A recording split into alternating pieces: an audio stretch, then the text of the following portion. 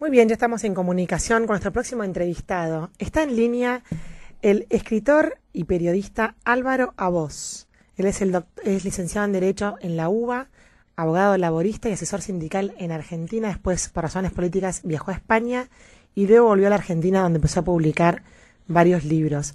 Bienvenido, Álvaro, a Citas de Radio. Mi nombre es Elisa Peirano. ¿Cómo le va? ¿Qué tal? ¿Cómo están? Bueno, muchas gracias por atendernos. No fue tarea sencilla encontrarlo, pero le creemos un logro haberlo hecho, así que es un gusto para mí conducir esta entrevista. Bueno, gracias. Bueno, no conté que usted ganó varios premios en su labor como escritor, y dentro de los libros que usted escribió hay dos que quería destacar aquí, que son El Tábano y Ciudadano Botana, en 2011 y 2013, en el cual usted hace una biografía de Natalio Botana, el creador del diario Crítica. Sí, así es. Primero salió este libro, que es una vida, ¿no? De Natalio Botana, editor y periodista, nacido en Uruguay, pero que ha pasado la historia del periodismo argentino como creador de un diario de la tarde, en 1912, que se publicó durante unos 30 años, Crítica. Uh-huh. Diario Crítica es el único diario argentino que ha llegado a vender 1 millón de ejemplares en un día de 1939, un récord que no ha podido ser igualado, pese a que eso sucedió cuando la Argentina solo tenía 10 millones de habitantes. Uh-huh, uh-huh. Increíble la proporción. Álvaro, bueno, un poco queríamos hablar de este tema porque fue recientemente el Día del Periodista, y usted, además de ser escritor, también es periodista. ¿Me quiere contar cómo surgió su interés personal en el personaje de Botana? Bueno, surgió de mis lecturas, de mis indagaciones para otros libros que escribía antes del Tábano, que quiero decir, en relación a estos dos títulos que has señalado. Uh-huh. El Tábano es la primera edición uh-huh. de mi biografía de Botana, y Ciudadano Botana ha aparecido en el año 2015, uh-huh. es una reedición ampliada del mismo libro, ¿no? Uh-huh. Bueno, mi interés por el diario Crítica surgió de mis lecturas, de mis investigaciones sobre la historia del siglo XX en la Argentina, uh-huh. y el periodismo es importante. El periodismo, sobre todo los diarios, por lo menos en aquella época, eran actores de primera línea en la historia política, de manera de que este diario tenía varios atractivos. Uno, por supuesto, su carácter popular. Uh-huh. Llegó al periodismo argentino a una difusión como no se conocía hasta entonces. Y otros aspectos que me interesaron era la forma en que Natalio Botana combinaba tanto las experiencias de grandes escritores que fueron llamados por él para redactar el diario, como también de secciones populares, de manera que Crítica era un diario que al mismo tiempo concitaba a los escritores de vanguardia y a un público masivo, ¿no? Uh-huh. Y luego también la relación que tenía el diario con los acontecimientos históricos que se fueron produciendo durante esos años. Claro. Ahora, tenía, como usted decía, un rol muy importante en la política, el periodismo en ese momento. Sí, el periodismo ha sido siempre, desde que se constituyó la Argentina, un actor político de primera línea, ¿no? Bueno, Mariano Moreno era un periodista, los primeros diarios, qué sé yo, las revistas, El Mosquito, la Gaceta de Buenos Aires, y luego, a lo largo del tiempo, figuras como Sarmiento o Bartolomé Mitre, por ejemplo, uh-huh. tuvieron que ver, ellos mismos eran periodistas, y en el caso de Crítica, durante los años de su apogeo, se produjeron acontecimientos importantes. Por ejemplo, el voto universal, ¿no? La ley del voto secreto en 1916. O luego la llegada de numerosos militantes anarquistas, atentados, las matanzas de la Patagonia, la Semana Negra, la semana de 1919, y finalmente el golpe de Estado de 1930 que derrocó a Irigoyen.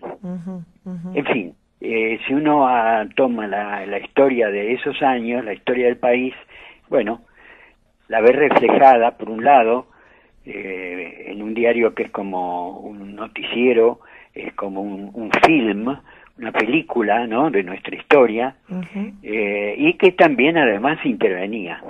Claro, claro. Álvaro, y usted en el ejercicio del periodismo, que escribe en La Nación y en Clarín, y muchas veces hace comentarios políticos sobre la diversidad política de la Argentina, ¿cuánto ha aprendido de este personaje que tuvo que escribir su biografía para usted ejercer el periodismo? Bueno, yo me considero un escritor que escribe en los medios. Nunca me pongo, diríamos, como profesión periodista porque no he trabajado en redacciones. He sido colaborador, he escrito muchísimos artículos de opinión y lo sigo haciendo. Y luego el periodismo y la literatura son campos a la vez disímiles, diferentes, aunque también se mezclan. Es ambas cosas, ¿no? Bueno, qué sé yo, no sé qué podría decir sobre el tema. En la literatura lo importante es la libertad del que escribe. Eso no se da la misma manera en el periodismo, donde el periodista siempre tiene que ver de alguna u otra manera con el medio que le va a prestar su cabida, le va a dar cabida, ¿no? Pero bueno, las mezclas son infinitas. Y simplemente soy un escritor argentino más que también ejerce o ejercita o visita de vez en cuando el periodismo. No creo que no debe haber ningún escritor argentino que no haya alternado alguna vez o experimentado o no se haya aventurado en este campo que es el periodismo, ¿no? Empezando por los grandes escritores argentinos, como por ejemplo en el siglo XX Jorge Luis Borges, ¿no?, que pasa por ser un escritor puro, no contaminado por la actualidad, y que sin embargo tuvo una presencia importante en los medios, y sin ir más lejos, justamente en el diario Crítica, sobre el que trata estos libros que me has mencionado, Borges trabajó bastante, creó un recordado suplemento literario, la revista de los sábados. Y en otro caso clavado es el de Roberto Arlt, ¿no?, que escribía en el desaparecido diario El Mundo sus aguafuertes, que se publicaban todos los días. Así que Roberto Arlt prácticamente durante unos 20 años, hasta que murió a los 42 años, escribió cada día de su vida un artículo para El Mundo. Todo ello al margen de sus libros, claro, en un caso y en el otro. Claro. Sí, es como que Botana lograba, como decía usted al principio, lograba que autores eruditos llegaran a las masas, ¿no?, a través de su diario Crítica. Sí, es muy interesante, por ejemplo, la experiencia de Borges, ¿no?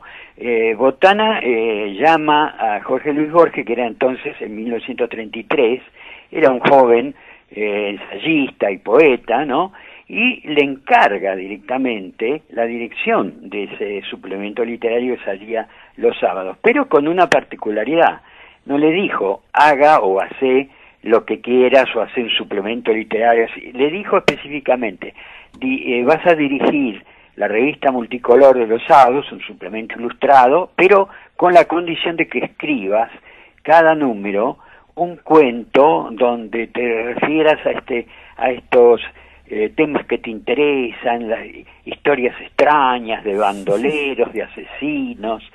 Y entonces Borges, diríamos, de alguna manera inducido por lo que le decía Botana, fue publicando los cuentos que inmediatamente, de reunir 15 o 20 cuentos, publicó como Historia Universal de la Infamia.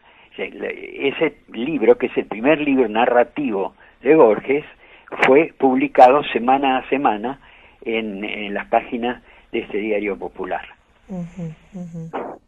Increíble. Sí, y lo mismo hizo Botana con otros escritores. Por ejemplo, a Roberto Ar también lo llamó y lo mandó a la sección policiales, porque le veía en Roberto Ar una propensión, una facilidad para el mundo del crimen, ¿no? Entonces se convirtió en cronista policial, y muchos de los temas, algunos de los temas que trató allí, pasaron de una forma u otra a Los Siete Locos y los Lanzallamas, a las novelas, a los libros de Roberto Ar. Es como que la ficción tiene un rico campo, digamos, en la realidad argentina, ¿no? Eso también lo podemos llevar al campo de lo político. Claro, la ficción y la realidad siempre se están tocando, se están desplazando o están enriqueciendo una a la otra. En este campo, en este caso, bueno, el periodismo es como una plataforma donde comen los dos espacios, ¿no? Refleja la realidad, pero también puede ser a su vez el disparadero de creaciones. Sí, ambas cosas son ciertas. Álvaro, usted a un entrevistado le dijo una vez: yo no leí el libro, solo lo escribí. ¿Nunca volvió a releer los libros de su autoría? Bueno, no, trato de no leerme porque no sé si por fortuna o por desgracia tengo mucho sentido autocrítico. Entonces conozco bien la distancia que hay entre los libros que uno imagina, que uno fabula, que uno desea, y la realidad finalmente, ¿no? La literatura, como cualquier tarea humana, es imperfecta, ¿no? No hay nada ideal. Entonces, bueno, no caigo en ese narcisismo de leerme a mí mismo, a decir verdad, me horroriza leerme a mí mismo, pero bueno, a veces que el escritor tiene que hacerlo porque se reeditan, o sea, los libros tienen la posibilidad de volver a vivir, y bueno, ahí siempre se puede hacer una última corrección, un último intento para escapar del error o diríamos, de la caída, ¿no? Y dentro la de corrección todas... es un poco el último llamado, digamos. Claro. Y de todos los libros que escribió, bueno, Criminal Tango, Al pie de la letra, Asesinos, La baraja 13, Sul Solar, la biografía, El cuarteto de Buenos Aires, ¿cuál fue el que recuerda o sea, el que fue más placentero para usted escribir? Bueno, placenteros todos lo son de alguna manera, y también son difíciles, ¿no? Porque escribir es a la vez muy grato, pero puede ser también difícil, arduo, ¿no? Y a veces provoca sufrimiento. Es como todo en la vida, ¿no? No hay nada que sea puro goce, todo viene mezclado. De todos mis libros, el que recuerdo más, porque es el que tardé más, es uno de los primeros, no sé si el primero, es una novela que se llama Restos Humanos, que ha tenido varias ediciones. Es una novela que yo escribí durante mi exilio en España, y reconstruye un caso de asesinato que yo recordaba mucho en mi infancia. Un personaje, un hombre llamado Carlos Burgos, mató a su amante y la descuartizó, y luego arrojó los restos por toda la ciudad. Este es un caso que ha quedado en la historia criminal argentina, en la historia penal, y ha quedado en el imaginario, en la memoria de la gente que entonces lo vivimos a través de los medios de comunicación, uno de esos que se llama Crímenes de Época. Fue en 1955, yo era un chico, pero ya leía mucho los diarios que traía mi papá a casa.